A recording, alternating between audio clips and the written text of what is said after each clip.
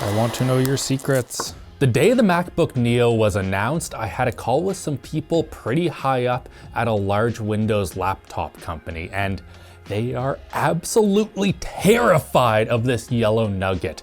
Right now at the low end, Windows laptops dominate, which makes sense given that no cheap MacBooks existed. And the higher up in the price range you go, the more and more market share that Apple gains. Well, Windows laptop makers were very content just owning the entire sub-$1,000 laptop space, but that changes right now because the new MacBook Neo comes in at just $599 and $499 if you have a student discount. Now, I know a lot of people have already talked about how this will be a huge development for teenagers and college students and anyone that kind of needs a decent laptop on a budget, but that isn't even the main concern of Windows laptop makers.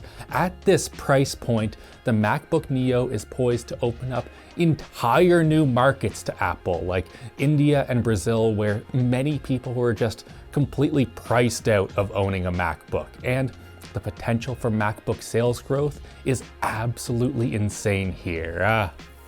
Assuming this thing's actually like a good laptop and not just a glorified phone with a big screen. All right, let's open her up. Here it is. Says hello on the thing right there, very nice. And in here we have a 20-watt power charger, which is smaller than you'd want for many phones, so we'll see how well that does with the laptop. And if you live in Europe, you need to pay extra for one of these because it's not included in the box stock. Dicks! As for the laptop itself, this right here is 2.7 pounds, which is identical to the MacBook Air. Yep, those feel like the same weight, which makes sense. Although this right here is 12.7 millimeters thick, which is a tiny bit thicker than a MacBook Air, but like barely. Can we even tell? By the way, we are comparing this to an M1 Air just because it makes a bit more sense price-wise, and it's what we have. The MacBook Neo does come in 4 different colors. We went with citrus because it seems like the most fun, although blush also looks pretty great. The silver though, it's pretty boring, but if that's what you want, they do have the option. It's safe. Yeah. For I/O, on the right side, you get absolutely nothing. And on the left side, we get USB-C. This one is USB 3 with 10 gigabit per second transfer speeds. Another USB-C, but this one is USB 2. So you only get 480 megabit per second. That's pretty slow. USB 2 was not fast 15 years ago, but I'm guessing because it's a mobile chip, they just weren't able to do 2 USB 3s. And also we have a 3.5 millimeter headphone jack, which is all the way down here. I'm guessing that's because the keyboard interfered with putting it up higher. Headphone jacks actually have a really big Z height, which can make them annoying to package into laptops. By the way, these USB ports will accept up to just under 30 watts of power. So if you get a larger brick, you will benefit from that a tiny bit, but it still isn't like proper fast charging. My phone charged faster! It does, yeah. This USB 3.0 port also supports a single 4K display at 60 Hertz, so no studio display for you at its true potential, but at least you get one display, I guess. That's a pretty low bar. All right, can we do a single finger open?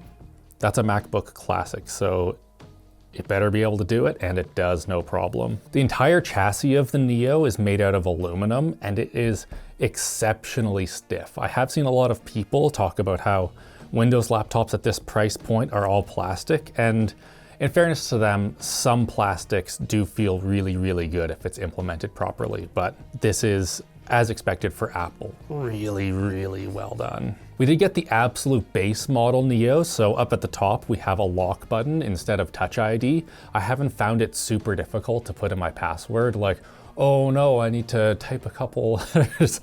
It's not a big deal, and Touch ID is not as good as Windows Hello facial recognition, so I haven't really missed it. For the screen, it's 13 inches, and it also does not have a notch up top, which I incredibly appreciate. My one complaint about the overall design is that the edges are quite sharp right here, and because this is a smaller size screen, I find that my palms are resting on the sharp edge down here. So if you have larger hands, you might want to look into getting a slightly larger laptop than this, because it is uncomfortable having them here for a while. The screen itself though is exceptional for this price point. It's a 2408 by 1506 resolution, kind of strange, but greater than 1440p, and that's the kind of resolution where you're not seeing pixels no matter what you do. It also has a 500 nit peak brightness and covers all of sRGB, so I can finally go to Windows makers and be like, guys, your cheap laptop screens are just not okay. Like, a lot of them don't even cover all of sRGB, and if you can't do that, no matter what you do, it's going to look bad. It always will look terrible because the display just can't show all of the colors that you want for even like simple web content and YouTube videos. As far as I can tell, this is the best display in this price range by a mile. Like 500 nits peak brightness, that is bright enough that you can go outside and use it. In direct sunlight, you're not going to be able to see everything, but for the most part, you'll just be able to use it wherever you want. Many Windows laptops are 250, 300 nits peak brightness around this price range. Even on a cloudy day, you can't go outside and see what's on your display. But Andy, you're saying that this is the same panel as the original MacBook Air? I've seen someone say that. It is possible that this is the same panel that the original MacBook Air had, and that did cover all of DCI-P3, so it is disappointing that this panel might be able to cover all of that color space, and Apple has just locked it down for this lower price point. Huge thanks to Ugreen for sponsoring today's video. Has your current NAS started to show its age? Well, it's time for an upgrade to the Ugreen NAS IDX 6011.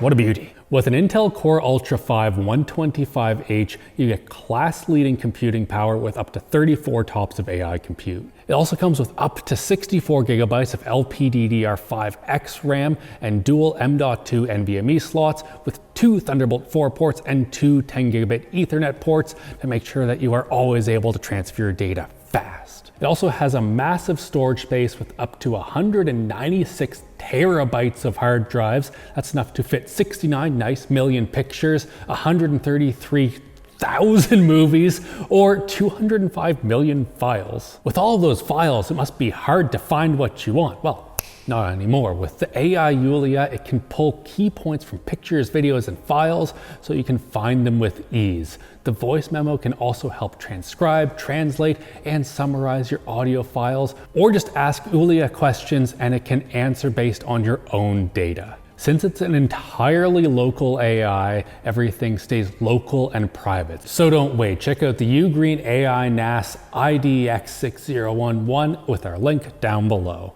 So if the chassis is great and the screen is great, how has Apple been able to bring the price of this down so much? Well, because of the processor. In here we have an Apple A18 Pro. This is the same as the one that we found in the iPhone 16. It has 6 cores total, 2 performance cores at 4.04 gigahertz and 4 efficiency cores at 2.42 gigahertz, and it has a comically low TDP at just 8 watts. But what Apple has managed to do with that power is wild. In my testing, the single core performance of this phone processor outpaces even Intel's new Panther Lake mobile processors, and you can really feel the speed. Just simple things like opening up Chrome, going to YouTube, opening up the Finder, that sort of stuff. It is all just incredibly snappy. It's really fast, and for what you're going to be doing most of the time on this, it's just so snappy and great. Like, that is where Apple really excels. Like, you can feel the single core speed on this.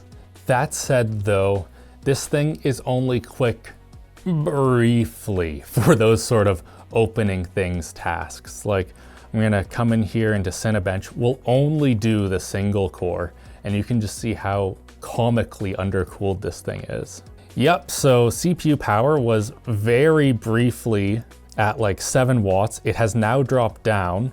It just immediately hit 100 degrees. It was 100 degrees, just snapped right there, incredibly fast, and now it has to drop down. We're already below 4 watts and it's going to settle in at around 3.5 maybe. We'll let it cool down. We'll let it cool down. Okay, there we go, 50 degrees. Multi-threaded, we'll start that. Jumped up to 6 watts. We are at 105.5 degrees Celsius on the hottest core right now. The whole thing is just completely cooking itself, and that is only with 4 watts of CPU power going into it. So your multi-core scores are nowhere near as impressive as the single core ones. And really quick bursty stuff like Geekbench, it looks like it's pretty close to something like an M1 Air, but the longer the test, the more this just suffers and suffers. So like, you can do some pretty basic video editing and it will be okay,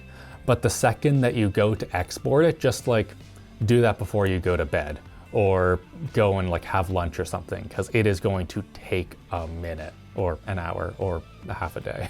The one nice benefit of this completely cooling is that the skin temps are incredibly low. Even after 30 minutes of straight Cinebench, the hottest temp that I saw on the bottom here was 27 degrees Celsius, which is not very surprising given that there are laptops that have higher wattages on just their chipsets than this has on the entire CPU. And that throttling CPU isn't even the bad part of the performance of this thing, that is the RAM. So 8 gigabytes of RAM is the lowest you can get and also the highest you can get. And it's not really enough in 2026. I am hitting the page file constantly. That is when your RAM fills up and it has to move some data to your SSD, and that is a lot slower. So the memory speeds of this are 60 gigabytes per second, whereas transferring to the SSD is only 15 gigabit per second. And that doesn't sound like a huge difference, but also the latency is way higher. And you can really feel that even when you only have like 10 Chrome tabs open or something, it will occasionally start to chug, which is kind of jarring compared to the overall very snappy experience of using this thing. And make sure that you don't completely fill up your SSD, because if it is full, that is going to get even worse because you will be hitting the page file constantly, and you need to make sure that there is room on your SSD for that just RAM to cache stuff. I do really wish that Apple gave us the option to spend a little bit more money and get 12 gigabytes of RAM, because that would be a complete game changer. It is possible that the A18 Pro just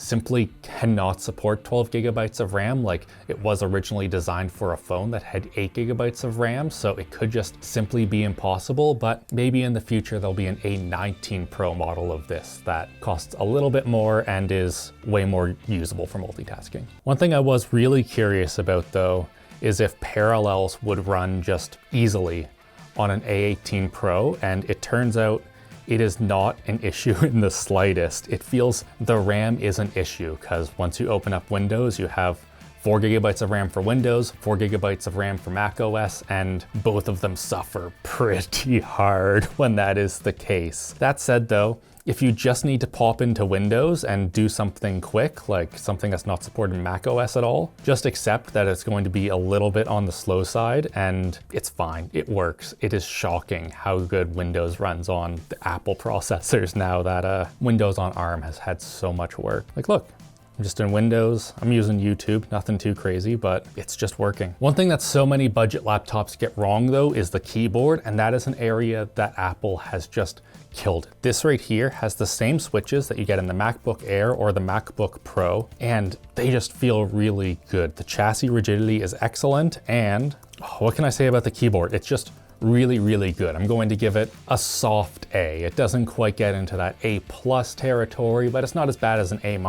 It's really well done, especially given the price of this machine. And what's also really well done is the trackpad. Now, this is the first one that Apple has had in absolute ages that doesn't have their Force Touch integrated into it. So we have an actual mechanical click, but they have somehow managed to make it so that the entire thing clicks. So you can click on the top here, you're clicking. Over there, right in the middle, on the side. And it's very consistent, the amount of force that you need to touch it in any of those areas. The tracking also is really good, and it's as large as they could have got it in a chassis like this. I have not had any issues with running out of trackpad space. So it's an Apple trackpad. It's better than like $2,000 Windows laptops in many cases. One thing that does really suck about the keyboard though is that it does not have a backlight. It's color matched and a nice light color, so at least you can kind of use the light from the screen to sort of see what you're doing, but once the sun goes down, it can be pretty difficult to know what you're actually typing in here. So get good at touch typing if you get one of these, I guess, because Apple's not helping you out there. All right, let's boot up Rocket League here. Yep, it just immediately crashes. You can't get into it, which honestly, probably best case scenario given how Epic has been treating the game recently. Let's move on to Shadow of the Tomb Raider. It's crazy to run that on a phone chip. Run it. All right, we're at absolute lowest settings, 900p, and the FPS value that you see here doesn't look too bad. Like we're at 40 FPS right now, and that's pretty reasonable really, given that we're on a mobile chip, but the lag spikes are terrible. It's so bad that sometimes I've had the audio just cut out. So like, I don't know if you can really tell here, but it's going along pretty well. And then there's hitches that are just absolutely massive. So I would not call this game playable in the slightest. Like, can we hear the crickets just stop cricketing here? It actually did that better than I expected. But as you could kind of see there, the problem that we're having is just there's not enough RAM. We're running out of RAM and it's hitting the page file, and that's causing just massive lag spikes. It isn't surprising in the slightest that a kind of heavy game like this, even on the lowest settings, is a slideshow, but it's just kind of disappointing because the GPU in this is actually impressively performant. It's the CPU and the RAM that's holding it back here, and just how little power those are able to draw. So Apple could have definitely gotten more gaming performance out of this with just a bit of a heatsink and 12 gigabytes of RAM. All right, average of 48 FPS on 900p lowest. I'm kind of impressed, minus the fact that it's just not playable. One thing that did really impress me though is that this actually can play Valheim. We're on 1200p, although it's upscaling to that from 720 and on the absolute lowest settings you can get. But when you're there, you can have a pretty playable like 40 to 60 FPS. There is occasional hitching, and you can see stuff like the coins right here are just loaded as cylinders most of the time. I can get a little bit closer. The LOD distance is comically short, but you can have fun in this game with your friends on this machine, and I was not expecting that in the slightest. Like, it's not particularly pretty looking. It looks terrible, but I'm getting nice smooth frame rates. It's running it pretty well. I'm actually really impressed. You could have a pretty good time with this. One sec, I want to sleep and see it in the morning. I need to be by a fire. I'm too far away from that fire over here, dang it. So our editor was wondering how Mr. Deer is doing. He's doing great up here. No worries there at all. I am pretty surprised though that it runs Valheim just no problem. When you're a young kid, it's like, can you play it or you can't? Really though, the thing that's the most important is the fact that you can play games like Stardew Valley and Balatro absolutely no problem. This just runs them, very simple, very easy. And if you can't have hours of fun playing Stardew and Balatro, like, you won't have fun gaming on anything. Having fun? I am, watch this, I think I can one-shot this. There we go. That's that MacBook Neo gameplay. All right, let's see how the speakers are. So we have two side-firing speakers right here, and it supports Dolby Atmos and spatial audio somehow with two speakers. And they do sound pretty good. Like, dialogue is nice and easy to hear, and it's relatively crisp, although there is pretty much no bass at all. So you can hear here, that's mids. You don't hear the drums. You don't really hear the highs. Bit of kick drum.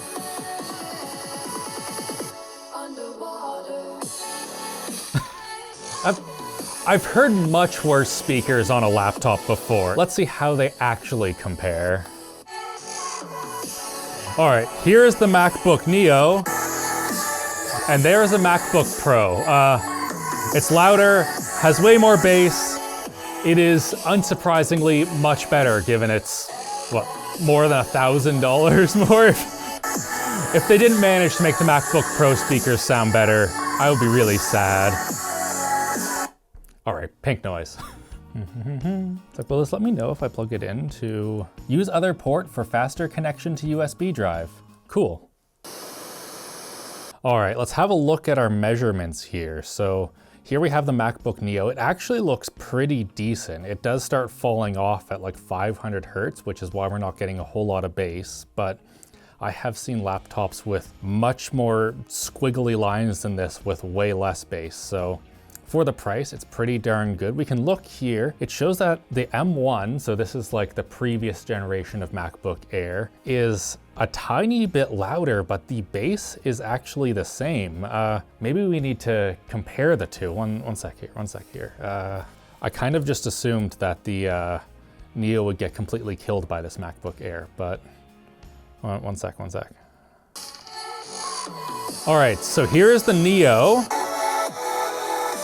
And there's the MacBook Air. I think that the Neo actually does sound better.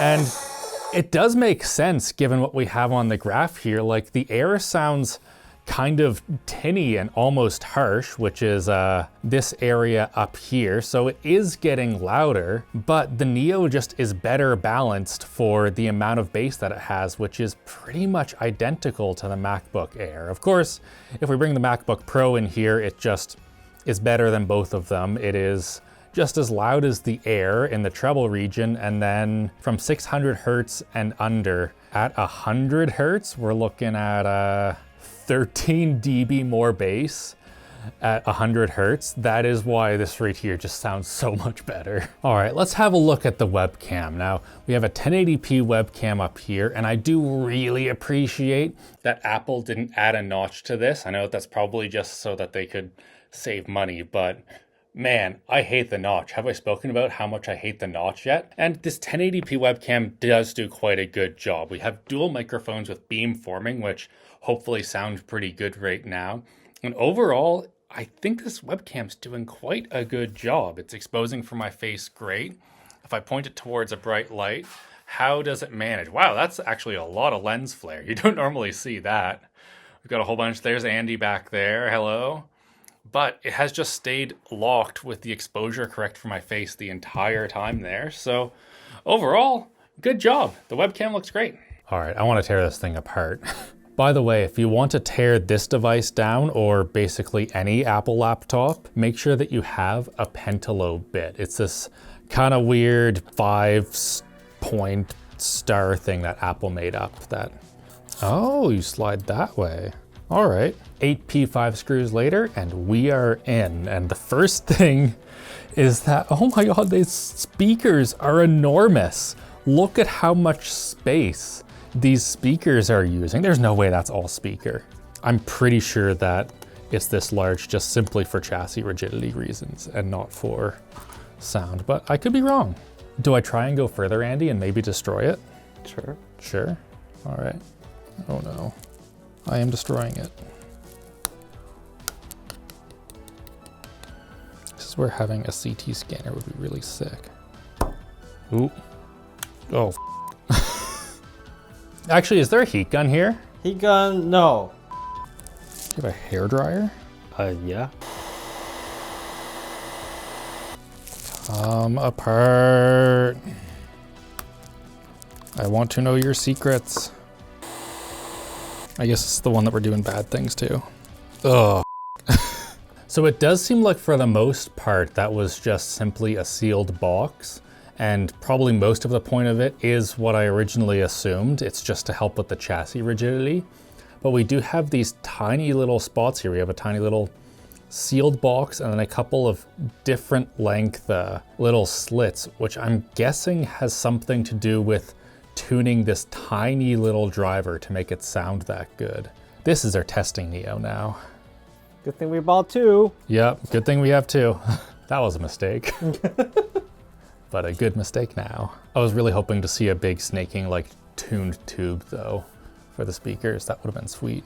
In here we can also see the trackpad and just how incredibly neat Apple's solution for making it click across the entire thing is. So it's floating on this back plate right here, and we have two almost like leaf springs on either side of it. So you push in and you can see those springs moving just, why are you waking up? Just the tiniest bit and returning it back down to center. Oh, this is just such a nice piece of metal that the trackpad sits on. That is incredibly well built and probably why it's able to click across the whole thing so well. And you can see right in the center here is the click button. So that is what you are pressing when you click the trackpad. I wonder how much deflection we can get in those springs. Oh yeah, it's like a springboard now. That's pretty fun. On the right-hand side here, we can see the 3.5mm headphone jack. That would have been in the way of, well, the battery and the keyboard if they had it up higher. Now this is only 35.6 watt hours and it's lithium ion, unlike the lithium polymer that you'll find in the more expensive MacBooks. And lithium ion is heavier and also less energy dense. That's how you end up in a situation where the MacBook Air has the same weight as the Neo while having 47% more battery capacity. Now, Apple does claim that the Neo gets 16 hours of battery life, and in my testing, I was incredibly impressed. We have to go to Future Alex once again because I ran it for 12 hours and it was still going when I got up this morning. We wanted to shoot this video, so Future Alex. Okay, Future Alex here, and holy frig, the Neo, when you're just doing YouTube videos, is incredible. Just 200 nits local video playback. This thing did 19 hours and 36 minutes on battery. That is crazy, and also way more than Apple suggested it would do. So if you treat it well, the Neo will last for a really long time. That's friggin' sick. Yeah, it is pretty darn impressive, but that is with the screen at 250 nits. In my testing, you can have vastly different battery life depending on how bright the screen is. Then if you max it out, you might be only getting 6 or 7 hours thereabouts of battery life out of this. Whereas if you turn it down to like 200 nits, you can tack an extra 10 onto there. We also have the processor up here, and it looks like an SoC out of a phone because that is exactly what it is. And I cannot believe how friggin' dinky the heatsink is on this. I don't want to pull it off right now just because then, or we just take it off. I think at this point, it. Huh, no way. Oh my God, Apple. No wonder this thing just friggin' overheats to high hell. Here I am being like, oh, maybe there's a vapor chamber there and stuff. No, they literally just have frickin' some thermal goop there and a graphite sticker and just friggin' good luck. Doesn't even attach to the back of this right here, just single tiny bit of paper.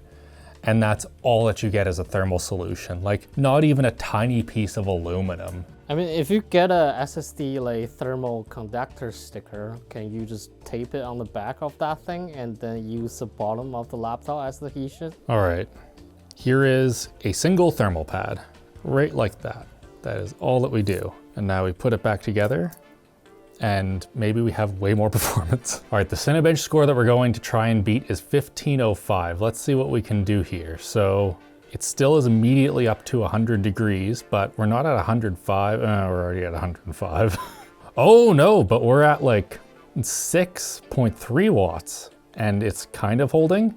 It is dropping, but this might be considerably faster. Not too bad. We have a 14% increase in multi-threaded performance in this thing right here. The bottom isn't hot at all, which isn't surprising if it's only throwing 5 watts into there. And one of those thermal pads is like 20 cents.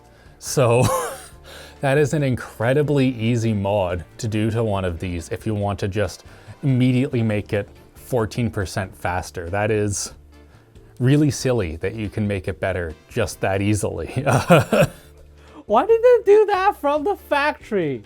Yeah, like if they had even just the tiniest bit of copper on top of that CPU, it would be able to do so much more. And The fact that just a stupid little thermal pad can get you an extra 2 watts, which normally isn't very much, but in this situation is pretty substantial. Like, but if you add a thermal pad or not, I think that the MacBook Neo is an incredibly good machine. Like, for $499 with the student discount and $599 just regular MSRP, this is an incredible deal. Like, the single threaded performance just kicks the shit out of everything else that's what price comparable. You can definitely get more RAM and a bit more multi-threaded performance on Windows, especially if you're willing to spend an extra $100, $200, but then you aren't getting like this screen, which is so incredibly good for the price. This build quality, which is just typical Apple top tier. You're not sacrificing anything there. Like, the stuff that really, really matters in a laptop is trackpad, keyboard, screen, because that's what you interact with. And all of that has been completely nailed here. If your budget is just $500, get one of these. It's really, really simple. This is the laptop to buy at that price now. If you have a bit more leeway, then it can get a little bit interesting. Like the MacBook Air M1 you can have for about the same price if it's refurbished, although it is showing its age a little bit at this point, and how much do you want a refurbished versus just brand new device? I'm not entirely sure, and like, I'm sure Neos will be hitting refurb pretty soon anyway, and those will be stupidly cheap. The biggest problem really is the RAM. So if you have any way to get more RAM for that kind of a price, then I would strongly recommend it. Like, maybe go on Marketplace and find an M2 Air or something for a good deal. Also, like, if you already own a gaming desktop and want something that's just portable and easy to take around, this thing is incredible for that. And also, just like your Nan, this is probably the perfect laptop for her. Students, they'd absolutely love this. And again, spots like India, where maybe they weren't able to get a MacBook Air before, this right here could be in reach and get a lot more people onto Mac OS. And I'm just so stoked about this thing. Like, thermals or not, it is sweet. It is a great laptop for the price. Like, Apple, excellent job. Just like it's excellent that you made it to the end of this video. Huge thanks for watching. Hit like, get subscribed. Our Patreon's linked down below so we can afford to buy a whole bunch of MacBooks and tear them apart and see what happens. And of course, have a great old day. I'll see you later.